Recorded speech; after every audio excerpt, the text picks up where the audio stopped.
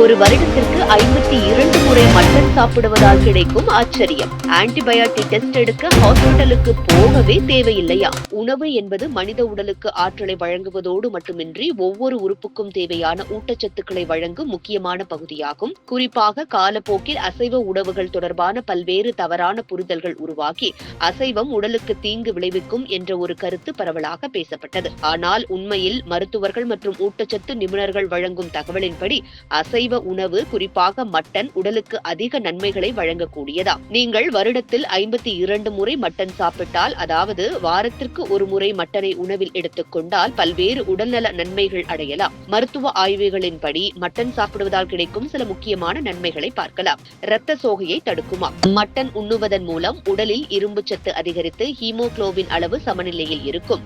இதனால் இரத்த சோகை ஏற்படாமல் தடுப்பதுடன் உடலில் ஊக்கமும் சக்தியும் அதிகரிக்கும். இயற்கையான ஆன்டிபயாட்டிக். இன்று பலரும் சளி, இருமல், ஜுரம் போன்ற நோய்களுக்கு மருத்துவமனைக்கு சென்று ஆன்டிபயாட்டிக் மருந்துகள் எடுத்துக் கொள்கிறார்கள். ஆனால் மட்டனில் உள்ள புரோட்டீன், தாது பொருட்கள், உயிர்ச்சத்துக்கள் போன்ற இயற்கையான நோய் எதிர்ப்பு சக்தியை அதிகரிக்க உதவுகிறது. இதனால் ஆன்டிபயாட்டிக் மருந்துகள் தேவையில்லை என்றே கூறலாம். எலும்புகள் மற்றும் தசைகளுக்கு பலம். மட்டனில் இருக்கும் கால்சியம், பாஸ்பரஸ் போன்ற தாது பொருட்கள் எலும்புகளின் ஆரோக்கியத்தை மேம்படுத்தி முதுகுவலி, மூட்டு வலி போன்றவற்றிலிருந்து நிவாரணம் அளிக்கிறது. இதய ஆரோக்கியத்திற்கும் சிறந்தது. பலர் மட்டன் கொழுப்பான உணவு என்பதால் இதயத்திற்கு தீங்கு விளைவிக்கும் என நினைக்கிறார்கள். ஆனால் சரியான முறையில் சமையல் செய்தால் மட்டனில் உள்ள CLA எனும் உடலில் கொழுப்பை குறைத்து இதய நோய்கள் வராமல் தடுக்கும். மூளை நலனுக்கு உதவும். மட்டனில் உள்ள விட்டமின் B12 மற்றும் ஒமேகா 3 கொழுப்பு செய்மங்கள் மூளை செயல்பாட்டை மேம்படுத்தி மனசோர்வு, நினைவாற்றல் குறைவு போன்ற பிரச்சனைகளை தவிர்க்க உதவுகின்றன. நோய் எதிர்ப்பு சக்தியை அதிகரிக்கும். மட்டனில் இருக்கும் ஜிங்க், செலனியம் போன்ற தாது பொருட்கள் நோய் எதிர்ப்பு மண்டலத்தை வலுப்படுத்தி உடலை சக்தி வாய்ந்ததாக மாற்றுகின்றன. இது குறைந்த பாக்டீரியா தொற்றுகளுக்கும் உடல்நிலை குறைவதற்கும் தடையாக செயல்படும். மட்டனை சாப்பிடும் சிறந்த முறைகள். மட்டனை அதிகமான எண்ணெய், மசாலா சேர்க்காமல், சத்துக்கள் குறையாமல் சமைத்து சாப்பிடுவதால் உடலுக்கு அதிக நன்மை கிடைக்கும். இவற்றை சிறந்த முறையில் பாதுகாக்கலாம். மட்டன் சூப் உடல் சோர்வுக்கு சிறப்பு மருந்து. கிரில் மட்டன், மட்டன் கறி, மட்டன் கஞ்சி. ஒரு வருடத்தில் 52 முறை மட்டன் சாப்பிடுவதால் உடல் ஆரோக்கியமான முறையில் இயங்குவதோடு நோய்களை தடுப்பதற்கும் ஒரு இயற்கையான மருந்தாக மட்டன் செயல்படுகிறது. பலரும் அசைவம் உடலுக்கு தீங்கு என்று கூறினாலும் உண்மையில் அது முறையான சமையல் முறையில்தான் உள்ளது.